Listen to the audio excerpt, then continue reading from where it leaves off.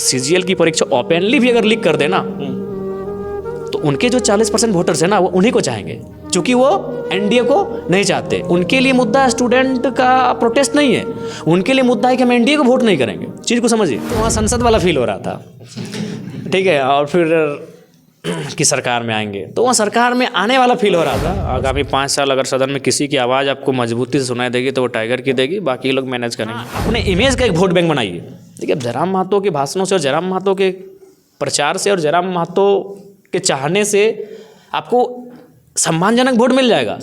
Winning vote के लिए आप विधायक हैं, जनता के वोट से हैं, तो जनता के बीच रहेंगे, उनकी समस्या सुनेंगे, उनकी समस्याओं का समाधान करने की कोशिश करेंगे, समाधान करेंगे। तो वो तो मेरा कर्तव्य है और अपने कर्तव्य हमारे साथ टाइगर जयराम महतो हैं। और आज जो है जिस तरह से लगातार जो है चर्चा का विषय बना हुआ था कि जयराम महतो जब सदन आएंगे तो क्या स्थिति और परिस्थिति रहेगा, लेकिन जब आज आया तो आने के बाद देखा कि वहाँ पे अपने ही क्षेत्रीय भाषा से जो है वहाँ पे शपथ ग्रहण किए। जयराम महतो से हम जानने का प्रयास करेंगे। दादा, सबसे पहले जोहार।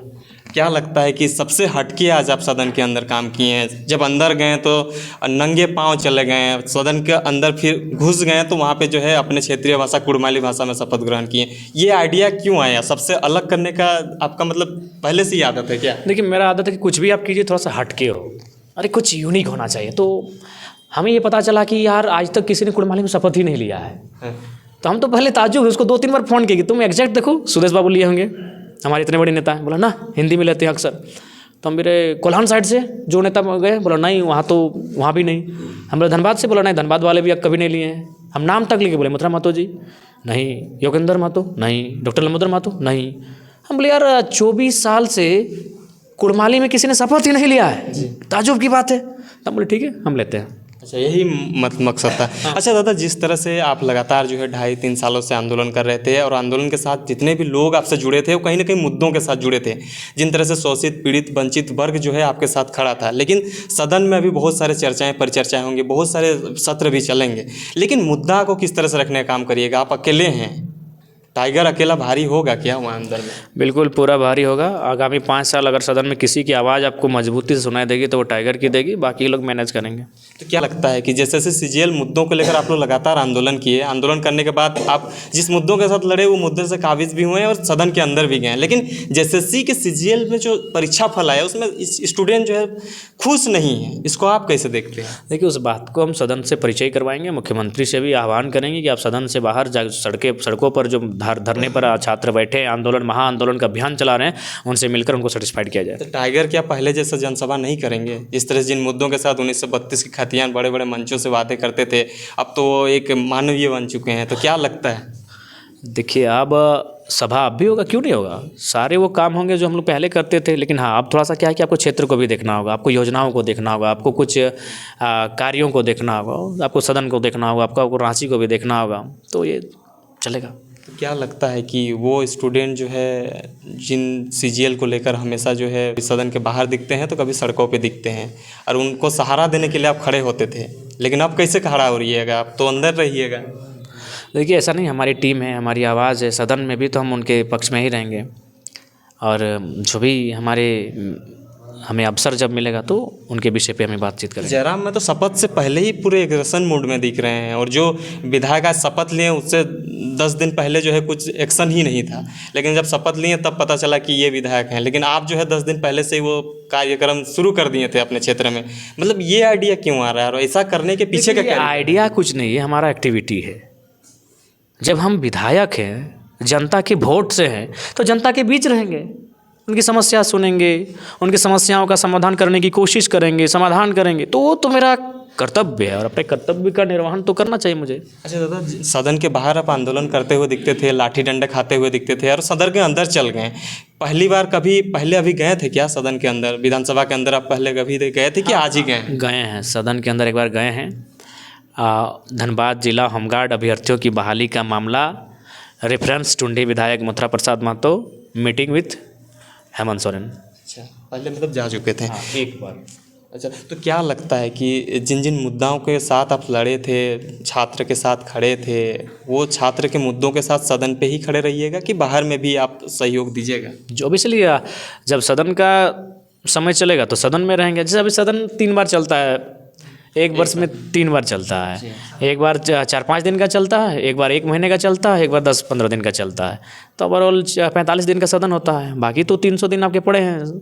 300 दिन हम हैं जनता के बीच हैं और उनके साथ हैं। अच्छा जयराम दा, जिन सरकार का आप लोग विरोध कर रहे थे वही जो है प्रचंड बहुमत के साथ फिर से वापसी कर लिया है। इसका कारण नहीं मानते हैं कि जयराम महतो की वजह से जो है इस तरह का घटनाक्रम सामने आया? बीजेपी जब समीक्षा बैठक कर रही है तो आपके ही नामों को चर्चा बना रखी है। ठीक है, बात अलग है, लेकिन आपको सबसे पहले ये जानना होगा।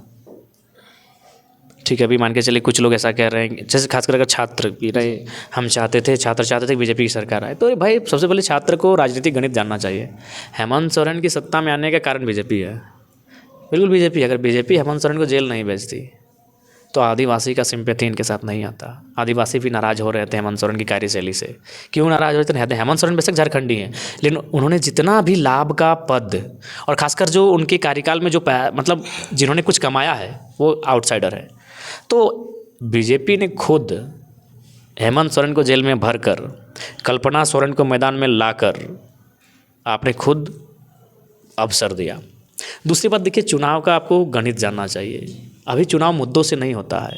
केंद्र का चुनाव धर्म और इंडिया पाकिस्तान के आधार पे होता है। अब क्षेत्र का भी चुनाव वही विषय हावी होने लगे हैं। जैसे मान के चलिए एक माइंडसेट ये है कि हमको एनडीए का सपोर्ट करना है क्योंकि वह देशभक्त है, राष्ट्रवाद है, इस टाइप का एक लोग तर्क देते हैं जो एनडीए के पक्षधर हैं। तो ठीक, और एक खेमा है जो चाहता है कि किसी की भी सरकार आए एनडीए की ना आए। तो अब आपको राज्य के गणित को जानना होगा। राज्य के गणित में कम से कम 40-45% ऐसे वोटर्स हैं जो एनडीए को पसंद नहीं करते हैं, तो वो सरकार बनाया है। इसलिए छात्रों को पहले गणित को जानना होगा। देखिए, हेमंत सोरेन अगर कल को सीजीएल की परीक्षा ओपनली भी अगर लीक कर देना तो उनके जो 40% वोटर्स हैं ना, वो उन्हीं को चाहेंगे, क्योंकि वो एनडीए को नहीं चाहते। उनके लिए मुद्दा स्टूडेंट का प्रोटेस्ट नहीं है, उनके लिए मुद्दा है कि हम एनडीए को वोट नहीं करेंगे। चीज़ को समझिए जी। इसलिए अगर स्टूडेंट को पॉलिटिक्स समझना होगा तो पहले पॉलिटिक्स के गणित को समझना होगा। स्टूडेंट अगर 2 महीना बाद फिर अगर वो धरने पर आएंगे, पूरा साल भर अगर धरने पर बैठेंगे, फिर भी जो वो वोटर्स जो एनडीए को नहीं चाहते हैं वो जेएमएम को ही वोट करेंगे। अब सवाल है कि अगर स्टूडेंट चाहते थे कि भाई जेएमएम की सरकार ना आए, तो कहे ना स्टूडेंट जाके बीजेपी से मिलें और कहते हैं कि जो जेएमएम के पास 45% वोटर्स हैं उनके लिए उनके पास क्या प्लान था। अब उनमें कौन कौन है आपको भी मालूम है, उसको विशेष एक्सप्लेन करने की आवश्यकता है नहीं। तो इसलिए राजनीति का गणित स्टूडेंट्स को जानना चाहिए।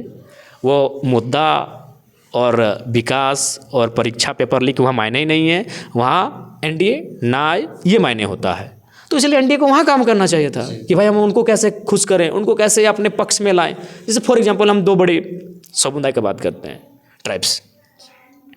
अभी ट्राइब्स का माइंडसेट है कि हम एनडीए को वोट नहीं करेंगे, तो एनडीए को वहाँ प्रयास करना चाहिए था। अगर छात्र को लगता है कि जयराम महतो कारण, तो छात्र जाके बोलते हैं एनडीए की जो महामंत्री हैं कि अब ट्राइब्स को कैसे अपनी तरफ लाएंगे। सरना हो, पेशा हो, एक्ट हो, एक आता है माइनॉरिटी, तो फिर आप माइनॉरिटी को अपने पक्ष में कैसे लेते हैं। तो ये नो आप क्यों नहीं एनडीए को आप सजेस्ट किए। तो इसलिए इस बात को जानिए, चुनाव समीकरण से होते हैं और समीकरण के हिसाब से देखा जाए तो 45% जो एक बहुत बड़ा विषय होता है वो एनडीए को वोट देने के पक्ष में नहीं है अभी। तो इसलिए आप हारने के जीतने के कई कारण होते हैं, उनमें आप एक कारण में अगर किसी को लाके खड़ा करते हैं तो उसमें आपत्ति नहीं है, लेकिन सारे कारणों में अगर एक ही लाके खड़ा करेंगे तो बहुत ही दुर्भाग्यपूर्ण है। और उसके बाद दूसरी बात, चलिए मान के चलिए सीजीएल है ना भाई जी, और एनडीए को देखना चाहते थे, तो एनडीए की तो सेंट्रल में गवर्नमेंट है ना, उन्होंने 1 साल में 2 करोड़ नौकरी का वादा किया था, 10 साल हो चुका है, यानी 20 करोड़, तो वहीं से मांग लिया जाए। इसीलिए कहते हैं राजनीतिक गणित को अलग दृष्टिकोण से देखना होगा। 20 करोड़ में हमको लगता है कि कितना दिए होंगे, तो उस चीज़ में मांग लिया जाए जी। तो इसीलिए ऐसा नहीं है। अब थोड़ा सा प्रैक्टिकल, मैंने पहले भी कहा कि ये आंदोलन 2 दिन में सफल हो जाएगा अगर माताएं भी, अभिभावक भी सड़क पे आ गए। खासकर वो लोग जो हेमंत सोरेन के कोर वोटर्स हैं, जो हेमंत सोरेन के कोर वोटर्स हैं, अगर वे लोग सड़कों पे आ जाते हैं, क्योंकि आज के डेट में सब देखते हैं कि अरे आंदोलन करने जो गया वो मेरा कोर वोटर है क्या, अरे है तब तो भाई मैनेज करो, नहीं है तो बोले ही बोलेगा अरे ये तो मेरा वोटर्स ही नहीं है। अभी माइंडसेट ये है लोगों का, ये हर कोई जरा मत तो नहीं कि आप आ गए तो हाँ हम तुरंत टेलीफोन किसी पदाधिकारी का लगा दिए, तो ये माइंडसेट से वे चलते हैं। जरा एक चीज़, आप पहले आंदोलनकारी थे, आंदोलन करते थे, अब विधायक बन चुके हैं। विधायक बनने से खुशी है कि आंदोलन करते थे जब लोगों के साथ रहते थे तब खुशी मिल रही है? खुशी तभी होगी चाहे आंदोलन के माध्यम से हो या विधायक के माध्यम से हो, अगर जनता का काम होगा तब खुशी होगी। अभी मतलब विधायक बन के उतना ज़्यादा खुशी नहीं मिल रहा है क्या? रोज रोज जो आप भी जानते हैं यार, विधायक मान के चलो, हम इससे पहले 6 महीने पहले संसद के चुनाव लड़े थे, तो वहाँ संसद वाला फील हो रहा था, ठीक है। और फिर कि सरकार में आएंगे तो वहाँ सरकार में आने वाला फील हो रहा था। और उसके बाद अगर आप ठीक है, मेहनत अच्छा हुआ, रिजल्ट उस अनुरूप नहीं आया, तो आप सोच सकते हैं कि क्या फीलिंग्स हो सकता है। अच्छा, तो आपके तमाम जो कैंडिडेट थे वो क्या 2029 के लिए फिर से प्रिपेयर हो रहे हैं क्या? जिस तरह से इस बार दूसरे स्थान, तीसरे स्थान पे हर एक कैंडिडेट रहा है, तो क्या कुछ कहिए? जी, हमने उन सबको हिदायत दी है कि जनता के बीच रहिए, जनता के विश्वास को जीतिए और अपने इमेज का एक वोट बैंक बनाइए। देखिए, अब जयराम महतो के भाषणों से और जयराम महतो के प्रचार से और जयराम महतो के चाहने से आपको सम्मानजनक वोट मिल जाएगा। विनिंग वोट के लिए आपको अपने इमेज से कम 10% वोट लाने होंगे, जिससे जो हमारे प्रत्याशी काफ़ी करीब अंतर में रहें, अगर वो अपने इमेज से थोड़ा सा वोट को इंक्रीज कर लेंगे तो जीत जाएंगे। इसीलिए उनको अब ये 5 साल अपने इमेज पे काम करना चाहिए। तो इमेज पे काम कैसे होगा? जब आप जनता के बीच रहेंगे, जनता के साथ जुड़ेंगे, इमेज पे काम होगा। जी, अंतिम सवाल रहेगा दादा, तमाम झारखंड वासी हो या तमाम स्टूडेंट को क्या कुछ संदेश रहेगा एक विधायक के तौर पर, ही बताइए। देखिए, स्टूडेंट को तो हमारा यही संदेश रहेगा कि हम हमेशा सदैव स्टूडेंट के साथ हैं और स्टूडेंट के जो विषय हैं, चाहे एजुकेशन का बजट को लेकर, एग्जामिनेशंस को लेकर, नियमित परीक्षा को लेने को लेकर, सिलेबस को लेकर, जो भी विषय छात्रों से संबंधित होंगे, उन विषयों पर मैं सदन में अपनी बातों को कहने में कभी चूक नहीं करूँगा। चलिए, बहुत बहुत धन्यवाद। तमाम चीज़ों के लिए बने रहें, देखते